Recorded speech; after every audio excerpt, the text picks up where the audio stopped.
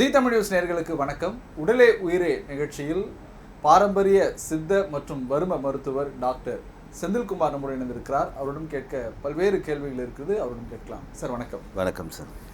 Sir, சித்த மருத்துவம் என்றாலே அதாவது மக்களால் அறியப்பட்ட ஒன்று மற்றும் எந்த பிரச்சனைனாலும் சித்தா போகலாமா இல்லை ஹாலோபதி போகலாமான்ற ஒரு சந்தேகத்தின் நிலைப்பாட்டில் தான் மக்கள் அதிகமாக இருக்காங்க. இதனால இல்லை இந்த தோல் பிரச்சனை, ஏன்னா இப்போது வெயில் மழை இந்த இரண்டு கால மாற்றங்கள்லையும் தோல் பிரச்சனை அதிகமாக இருக்குது. இது தீர்க்க சித்தாவில் என்ன மாதிரியான மருத்துவமெல்லாம் இருக்குது சார்? இருக்குது சார், நிறைய விஷயங்கள் சித்தாவில் இருக்குது. ஃபஸ்ட்டு தோல் வியாதி நமக்கு எதனால் வருது இதை பார்க்கணும். இன்றைக்கி பார்த்திங்கன்னா ரொம்ப நிறையா டெவலப் ஆகிட்டு இருக்கு தோல் வியாதி. அது பெரும்பாலும் பார்த்திங்கன்னா லேடிஸ்க்கு நிறைய இருக்குது. இது எதனால் வருது அப்படின்னு கேட்டிங்கன்னா, ஃபஸ்ட்டு உடல் சுத்தம் ஃபஸ்ட்டு. ரெண்டாவது தலையில் பொடுகு சேரக்கூடாது. ஃபஸ்ட்டு தலையில் பொடுகு சேரும். ரெண்டாவது பார்த்திங்கன்னா மலச்சிக்கல் இருக்கும். இது ரெண்டு விஷயம் இருந்ததுன்னா கண்டிப்பாக தோல் வியாதி ஸ்டார்ட் ஆகுதுன்னு அர்த்தம். ஒருத்தருக்கு ஆரம்ப ஸ்டேடு அது இன்றைக்கி நாளைக்கு பார்த்துடணும் உடனடியாக. அது பார்த்திங்கன்னா இமீடியட்டாக ஒரு 15 to 20 டேஸில் சரி பண்ணிடலாம். இது என்ன பண்ணுவாங்கன்னு கேட்டிங்கன்னா, தலையில் பொடுகு தானே பார்த்துக்கலாம், இன்றைக்கி பார்த்துக்கலாம், நாளைக்கு இப்படி கொஞ்சம் கொஞ்சமாக போகும்போது டெவலப் ஆகிட்டே போகுது. சித்த மருத்துவத்தில் பார்த்திங்கன்னா 100% தோல் வியாதியை குணப்படுத்துறதுக்கு உண்டான மருத்துவம் இருக்குது. இதை கரெக்டாக முறைப்படி எடுத்தோம் அப்படின்னா ரொம்ப சீக்கிரமே பண்ணலாம். இப்போ அலோபதியில் சொல்கிறாங்க அப்படின்னும் போது, அலோபதியில் என்னென்னு கேட்டால் கிளைமேட்டு பேஸ் ஆகாது உங்களுக்கு. இப்போ மழை பெஞ்சதுன்னா தோல் வியாதி வருது, வெயில் வந்தால் தோல் வியாதி கம்மியாகுது, அப்படியெல்லாம் ஒன்றுமே இல்லை. தோல் வியாதி எப்போவுமே இருக்கும் அது, பட் அந்த இரிட்டேஷன் கம்மியாகும். கண்டிப்பாக. இப்போது நிறைய பேர் இந்த முகம் பளிச்சுன்னு தெரியல அப்படின்றதுக்காக சன்ஸ்க்ரீனை யூஸ் பண்ணுறாங்க. அதே மாதிரி மாய்ஸ்சரைசர்ஸ் யூஸ் பண்ணுறாங்க. கண்டிப்பாக. இப்போது பல்வேறு பிராண்டுகளை யூஸ் பண்ணும்போது இதே அந்த தோலுக்கான பிரச்சனைகள் ஏற்படுது. கண்டிப்பாக. அப்போது முகத்தை பொலிவுடன் வச்சுக்கொள்ள சித்த மருத்துவத்தில் எந்த மாதிரியான மருத்துவ முறைகள் சொல்லப்படும்? ஒன்றுமே இல்லை சார். சித்த வைத்தியத்தில் ரொம்ப சிம்பிளாக பண்ணலாம். நீங்கள் நைட் படுக்கும்போது முகத்துக்கு தயிர் தேய்ச்சிக்கலாம், தயிர் அப்ளை பண்ணலாம், நார்மலாக இருக்கும். இப்போ புதுசாக ஒன்றும் ஷைனிங்காக இருக்க போகிறது ஒன்றும் இல்லை. அப்படியே நீங்கள் மேக்கப் போட்ட மாதிரி தான் இருக்கும். ஒரு 2 மணி நேரம் 3 மணி நேரத்துக்கு இருக்கும். அதுக்கப்புறம் திருப்பி வேர்த்து ஊற்றிச்சின்னு வச்சுக்கோங்க, ஒரு மாதிரி ஆகிடும் அது. பட் இது நேச்சுரலாக உங்களுக்கு ஸ்கின்னில் எந்த ப்ராப்ளம் வரக்கூடாது, ஃபேஸ் நல்லா இருக்கணும், ஒரு பொலிவோடு இருக்கணும் பார்க்குறதுக்கு. இப்படிலாம் பார்த்தீங்கன்னா உங்களுக்கு அலோவேரா தேய்ச்சிக்கலாம், கத்தாழை இருக்குது இல்லையா, அதை தேய்ச்சிட்டு நைட் படுக்கலாம். ரெண்டாவது பார்த்திங்கன்னா தயிர், அதுவும் நல்ல ஒரு அற்புதமான ஒரு விஷயம். நைட்டில் அப்ளை பண்ணிக்கோங்க, ஒரு 1/2 hour கழிச்சு படுத்துருங்க, காலைல ஃபேஸ் வாஷ் பண்ணுங்கள். இன்ஃபெக்ஷன்ஸ் எல்லாம் போய்டும் உங்களுக்கு, டாட்ஸ் எல்லாம் இருக்காது, பிளாக் மார்க் எல்லாம் போய்டும் உங்களுக்கு ஃபேஸில். இது மாதிரி சிம்பிளாக பண்ணிக்கலாம். கண்டிப்பாக சார். இது முகப்பொழிவுக்காக இந்த திட்டத்தை சொல்லியிருக்கேன். மற்ற ஒரு மருத்துவ முறை நிறைய பேருக்கு இந்த அலர்ஜியால் தோலில் இந்த சிரங்கு இல்லை இந்த படத்தாமரை உள்ளிட்டவைகளால் பலர் பாதிக்கப்படுறாங்க. அப்போது இதுக்கான ஒரு தீர்வு என்ன? இப்போ சிரங்குங்கிறது இப்போ நிறைய குறைஞ்சி போச்சு சார், நிறைய இல்லை. ஏன்னா அது ஒரு டைமில் இருந்தது. படர்தாமரை சொல்லலாம், அது சொல்லலாம். ஸ்கின் இன்ஃபெக்ஷனு, இந்த அலர்ஜி, இதெல்லாம் என்னென்னு கேட்டிங்கன்னா ஒரு சில ஃபுட்டால் ஒருத்தருக்கு வர சான்சஸ் இருக்குது. இப்போ நான்வெஜ் சாப்பிட்றவங்களுக்கு பார்த்திங்கன்னா சிலருக்கு கருவாடு சாப்பிட்டா ஒத்துக்காது, முட்டை சாப்பிட்டா ஒத்துக்காது சிலருக்கு. அதே மாதிரி வெஜிடேரியனில் பார்த்திங்கன்னா கத்திரிக்காய் சாப்பிட்டா ஒத்துக்காது ஒருத்தருக்கு, கொத்தவரங்காய் சாப்பிட்டா ஒத்துக்காது. இது மாதிரி அலர்ஜி வருது, இந்த மாதிரி வருது அப்படின்லாம் சொல்கிறாங்க. இதுக்கு என்ன சித்த மருத்துவத்தில் பண்ணலாம் அப்படின்னு கேட்டிங்கன்னா, ஒன்றுமே வேண்டாம். அதாவது ஃபுட்டு எடுத்துக்கும் போது நிறைய தண்ணி குடிக்கணும்.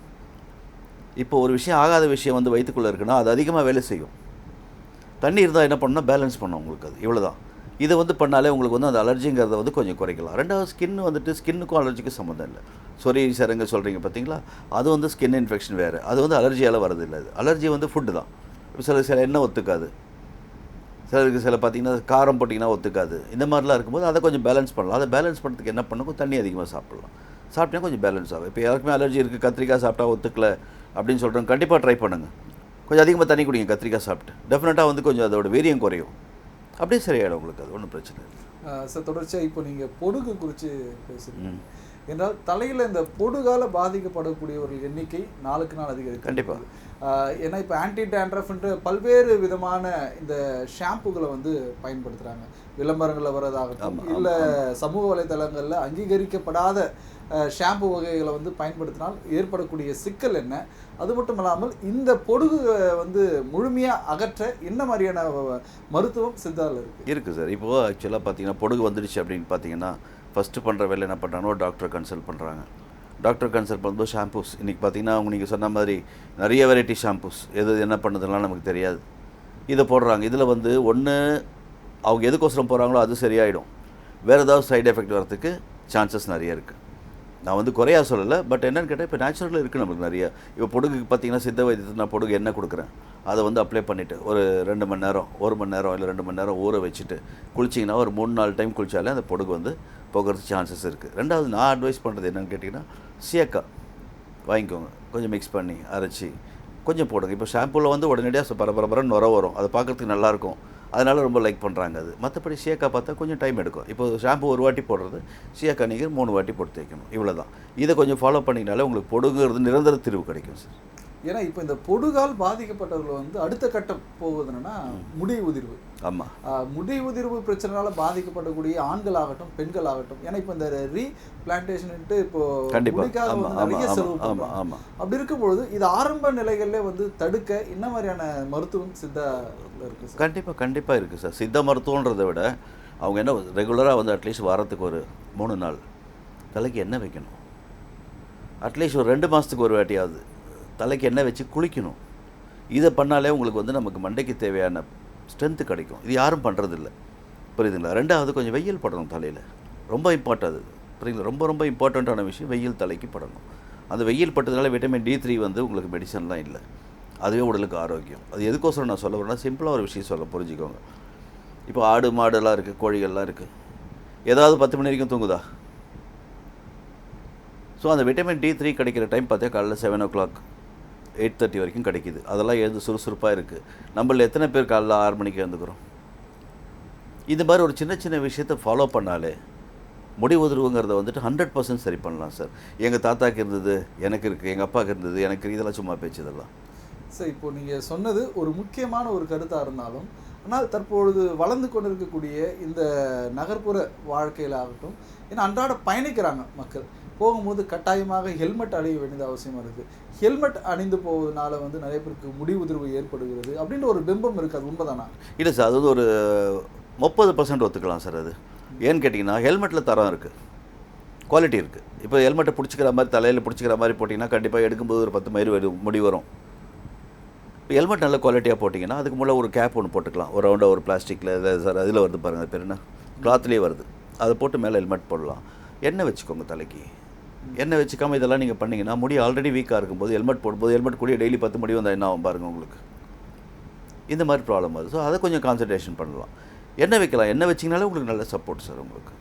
இப்போ சார் இப்போது டேண்ட்ரஃப் நம்ம முடித்தாலும் அடுத்தபடியாக வந்து இந்த கண்வழிகளுக்கு கீழே வந்து கருப்பு அதிகமாக இருக்குது, அதுக்கான ட்ரீட்மெண்ட் லேசர் ட்ரீட்மெண்ட் எடுக்கிறேன் அப்படின்னு, இதனால் ஏற்படக்கூடிய பின்னடைவு என்ன, சித்தால இந்த மருத்துவ முறை என்ன சொல்லுது? இல்லை சார், இப்போது லேசர் ட்ரீட்மெண்ட் எடுத்திங்கன்னா அந்த டைம் நல்லாயிருக்கும், ஒரு பார்க்குறதுக்கு நல்லாயிருக்கும், எல்லாம் கிளியராக இருக்கும். பட் ஏஜ் ஆக அந்த சுருக்கத்தை வந்து ஒன்றும் பண்ண முடியாது. இது வந்து பிகினிங்லேருந்து உங்களுக்கு நல்லா இருக்கணும் அப்படின்னு நீங்கள் ஆசைப்பட்டீங்கன்னா ஒன்றும் இல்லை சார், ஒரு சொட்டு விளக்கெண்ணெய் கண்ணு கீழே போட்டு படுத்துக்கோங்க. அது பிசுப்பாக இருக்குன்னு போட மாட்டாங்க அதை யாரும். ஒரே ஒரு ட்ராப் விளக்கெண்ணெய் தலை தேய்ச்சிட்டு படுத்துக்கோங்க, காலையில் இது கழுவிடுங்க. சிம்பிள். இது பண்ணிகிட்டே வாங்க, டெஃபினட்டாக வந்து ஒரு மாதத்துல நல்ல ரிசல்ட் கிடைக்கும் உங்களுக்கு. அது சிம்பிளாக சொல்கிறேன், சாதாரண விஷயம் இது. சார் இது ஒரு புறமும், மற்றொரு புறம் நிறைய பேருக்கு வந்து வந்தால் இந்த மறுக்குன்ற பிரச்சனைகள் வந்து அதிகமாக. ஆமாம் ஆமாம், முகத்தில், ஆமாம், கழுத்துக்களை, ஆமாம் ஆமாம். இப்போ இது மாதிரி உடலில் பல்வேறு இடங்களில் வந்து இந்த மறு வந்து தோணுது. இப்போ இதை வந்து லேசர் மூலமா அகற்றுறதாக ஒரு புறம் சிகிச்சை இருந்தாலும் கூட, ஆனால் சித்த மருத்துவத்தில் இந்த மறுக்களை போக்க என்ன மாதிரியான ஒரு மருத்துவம் இருக்குது சார்? இப்போ எப்படின்னா லேசரில் எடுத்துடலாம், லேசரில் எடுக்க சக்ஸஸ்ஃபுல் தான், அது குறை சொல்ல முடியாது. பட் என்ன ஒன்றுனா எக்ஸ்பென்சிவ். இப்போ எல்லாருக்கும் போய் பண்ண முடியாது. அது இப்போ ஒரு 10 மரு மூஞ்சியில் இருக்குன்னா 10,000 ரூபா ஆகும் அதுக்கு, லேசரில் எடுத்திங்க அப்படின்னா. பட் லேசரில் பர்மனெண்ட் நல்லா இருக்குது ட்ரீட்மெண்ட்டு, சித்த மருத்துவத்துலேயே இருக்குது அதுக்கு. அதில் பார்த்திங்கன்னா நம்ம இந்த ஹெர்பல்ஸ்லேயே நிறைய விஷயங்கள் இருக்குது. ப்ளஸ் வந்துட்டு நான் இந்த சுண்ணாம்பு இருக்குது இல்லையா, அதில் ஒரு மெடிசன் ரெடி பண்ணுறோம். ரெடி பண்ணிவிட்டு அது மேலே வச்சு ஒரு 10-15 செகண்ட்ஸ் கொஞ்சம் எரிச்சல் இருக்கும், அது செத்து போயிடும். அதுக்கப்புறம் அது கீழே வந்துடும். அது மாதிரி இந்த அம்மான் பச்சரிசின்னு ஒரு ஹெர்பல் இருக்குது, அந்த பால் அதை வச்சு ஒரு 3-4 டைப் ஆஃப் ட்ரீட்மெண்ட் இருக்குது. ரொம்ப சீப்பாக முடிக்கலாம், ரொம்ப சீப்பாக முடியாது. பட் நீங்கள் சொன்ன மாதிரி லேசரில் பார்த்தீங்கன்னா ஒன்றும் தெரியாது, வழியே சும்மா சுருக்குன்னு இருக்கும், அது நெக்ஸ்ட் டே கொட்டிடும் அது. அப்போது சித்தா மருத்துவத்தில் இது போன்ற இந்த மறுக்களை போக்க எவ்வளோ நாட்கள் காலமாகும்? 3 days, 3 நாள் ஆகும். ஒரு 4 வச்சு, இப்போ மூஞ்சியில் 10 இருக்குன்னா ஒரு 4 நாளுக்கு வைக்கலாம். 4 வச்சிங்க அப்படின்னா 3 days கொட்டிடும் அது. திருப்பி இன்னும் கொஞ்சம் பண்ணலாம், இந்த மாதிரி பண்ணலாம் சித்தா. எதனால் சார் அந்த மறுக்கள் வந்து தோணும்? அது ஒரு கொழுப்பு தான் சார், வேறு ஒன்றும் இல்லை. ஒரு கொழுப்பு தான் அது. கொழுப்போட வெளிப்பாடு வெளியே வரத்துக்கு இடம் இருக்காது, சின்னதாக வந்துடும், அது வேறு ஒன்றும் இல்லை. கண்டிப்பாக சார் இந்த தோல் பிரச்சனை குறித்து பல்வேறு தகவலை சொன்னீங்க. நன்றி.